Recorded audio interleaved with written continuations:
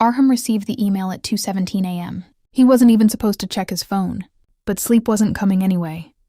The subject line read, "Congratulations. You've been selected." For a moment, his heart stopped. This was it. The international internship. The opportunity thousands had applied for. The one that could change everything. He opened the email. Read it once, then again, then again. His hands started shaking, not because he was excited, because he was scared. What if I fail? What if I'm not good enough? What if everyone there is smarter? What if I embarrass myself? Within 5 minutes, the opportunity that once felt like a dream started feeling like a threat. He imagined himself standing in a foreign office, unable to speak confidently. He imagined people whispering about him. He imagined messing up presentations. He imagined returning home as a failure. His mind created disasters faster than reality could offer possibilities. Instead of celebrating, he stared at the accept offer button like it was a bomb. And sometimes, the biggest opportunities don't scare us because they are bad. They scare us because they are big. And fear has a strange habit. It makes safety look smarter than growth. Arham closed his laptop that night without replying. He told himself, "I'll think about it tomorrow." But tomorrow doesn't wait. And sometimes, life only knocks once. Arham wasn't someone who waited for life to hand him success. He had spent years quietly building himself while the world rushed past. Nights spent staring at a dim laptop screen. Endless online courses, rejected applications, and small freelance projects that barely paid. But every failure, every late night, every tiny victory built him into someone who deserved this moment. While friends were laughing at parties, he was learning.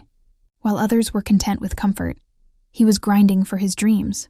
Every skill he learned, every project he completed, was a step closer to the life he imagined for himself. He imagined traveling abroad, working with international teams, making important decisions, and one day telling his parents proudly, "I made it. I'm doing something meaningful." This internship wasn't luck. It was the result of countless sacrifices he had made. Every early morning, every late night, every skipped weekend had led him to this single email. It wasn't random, it was earned. But dreams have a strange way of becoming terrifying when they come close. For years, they existed in his mind as comfort, safe, distant, untouchable.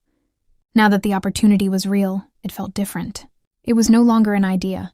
It was tangible, concrete, and with reality comes fear. His mind started whispering doubts. Are you really ready for this? There are people better than you. What if you fail? Each thought multiplied the anxiety, turning excitement into paralysis. The very opportunity he had worked for began to feel like a threat. A test he wasn't sure he could pass. And that's the cruel irony of ambition. The moment success is within reach, fear finds a way to creep in. Comfort seems safer than growth. Safety seems smarter than risk. And Arham felt the weight of every possible failure pressing down on him, even before he had taken a single step. The battle wasn't with the world, the competition, or the internship itself. It was with himself. With his mind, which whispered fears louder than reality could speak truth, would he step forward into greatness, or retreat into the comfort he had always known? This was the moment dreams meet fear, the moment that decides whether talent is wasted or realized. And for Arham, the battle was just beginning. The next morning, Arham woke up with a restless mind. The email still sat unread in his inbox, glowing softly on the laptop screen. His heart raced, not with excitement, but with an unfamiliar tension.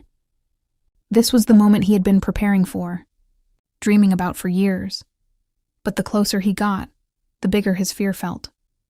What if I fail? He whispered to himself, pacing his room. What if I embarrass myself in front of them? His mind created endless scenarios, him fumbling presentations, mispronouncing words, making decisions that would be judged, colleagues laughing at his mistakes. Each imagined scenario tightened his chest and made the room feel smaller. Arham's thoughts began spiraling. Maybe I'm not smart enough. Maybe I don't belong. Maybe they'll realize I'm not ready and send me home. The very thought of stepping into the internship felt like standing on the edge of a cliff. One wrong move and he feared he would fall. For a moment, he considered replying immediately, but then doubt crept back. What if I accept and fail? What if I ruin everything I've worked for? The accept offer button felt like a trap rather than a gateway to success. He went to make tea, but the hands shaking, the mind racing, made every step feel heavy. He stared at the kitchen counter as if it held the answers, but it was silent. Comfort beckoned him. The small, predictable job he currently had seemed safer now. The risk of growth felt far too dangerous. Hours passed, and the email remained unopened. Arham's thoughts became louder than the world. Every what-if became a reason to retreat, to stay safe, to ignore the chance that could transform his life. And in that moment, the cruel truth became clear. Fear doesn't just whisper, it shouts. And sometimes, it convinces you that staying in your comfort zone is smarter than chasing your dreams. The opportunity of a lifetime, once glowing with hope and promise, now felt like a shadow looming over him, heavy and impossible to face. Arham sat back, closed his eyes, and told himself he would think about it later. But later, as it often does, would come too late. Fear had planted the first seed of regret, and this seed was powerful because it was invisible. No one else could see it. No one else could remove it. It lived entirely inside his mind. Days passed. The email remained unopened. Arham told himself he would respond tomorrow. "I just need a little more time," he said. But tomorrow didn't wait. The internship team sent a follow-up email, a gentle reminder, filled with encouragement. But Arham's mind twisted it. What if they judge me for replying late? He thought. Maybe they'll rescind the offer. Maybe I'm already too late. Every encouraging word now sounded like a warning. His hands hovered over the keyboard, but fear paralyzed him. Meanwhile, friends he had confided in tried to cheer him up. "Go for it, Arham. You earned this," they said. But he couldn't see what they saw. He only saw the risks, the failures, the possible embarrassment. Confidence felt like a fragile, distant memory. Hours turned into days. The follow-up became a final notice. Arham stared at the screen, heart heavy. By then, the internship slot had been given to someone else. Someone who said yes when the opportunity knocked. Regret struck instantly. That sinking feeling in his chest, that tightness in his throat, it was real. He realized what he had done. Years of hard work, countless sacrifices, relentless preparation, all wasted because of fear. Arham's mind replayed the moment over and over. If only I had clicked accept. If only I had believed in myself. If only I hadn't let fear decide for me. But the what-ifs were useless now. Life had moved forward and he had stayed behind. The lesson was harsh. Fear is powerful, subtle, and cruel. It whispers lies that feel like truth, convinces you that retreating is safer than risking, and leaves regret in its wake. And sometimes, you realize the most important battles are fought in silence, in your own mind, long before anyone else notices. Opportunity isn't forgiving. It doesn't wait for courage to arrive tomorrow. And Arham learned the hardest lesson. When fear controls your choices, even your greatest dreams can slip through your fingers. Weeks later, Arham walked down the street, surrounded by the noise of life, but deafened by the silence of his own failure. Every small reminder of success he had imagined, the international projects, the foreign office, the colleagues he would have met, haunted him. He tried to distract himself with work, with hobbies, with friends, but each attempt failed. The memory of the email, the opportunity he ignored, replayed endlessly. He kept imagining the person who had taken his place, thriving, gaining experience, growing professionally. Every small victory for someone else felt like a personal loss. Every story of a friend. Succeeding reminded him that he had let fear decide instead of himself. And the worst part? It wasn't a lesson learned lightly. Regret settled like a heavy stone in his chest, hard to shake, impossible to ignore. Arham realized he had been his own worst enemy. No boss, no colleague, no circumstance had stopped him. He had. Fear had done it. Fear had convinced him that comfort was safer than risk, that inaction was smarter than courage. The weight of regret taught him something he would never forget.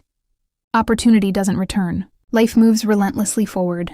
You can either step up and embrace it, or watch it slip away. And sometimes, watching it slip away leaves scars deeper than failure ever could. Months later, Arham sat alone on his balcony, looking at the night sky. Stars scattered like possibilities he had ignored. Silence filled the air, but within him, a storm of reflection raged. He finally understood the truth. Fear wasn't protecting him, it was imprisoning him. Comfort wasn't safety, it was stagnation. Growth wasn't frightening, it was necessary. He vowed never to let fear decide his fate again. The opportunity he missed could never be retrieved, but the lesson it carried was invaluable. From that day forward, he promised himself, when chance knocks, courage must answer. Hesitation is costly. Regret is heavier than failure. Arham began planning again, working harder, smarter, with renewed determination. The failure of inaction became fuel, shaping him into someone stronger. He learned that opportunities may appear more than once, but the one you hesitate on could be the one that changes everything. The biggest lesson was simple. Your greatest enemy is often the fear inside your own mind, and if you want to achieve your dreams, you must confront it head-on. Sometimes life tests you not with impossible tasks, but with the choice to act. Arham understood now. Courage isn't the absence of fear, it's acting despite it. And that understanding would guide him for the rest of his life.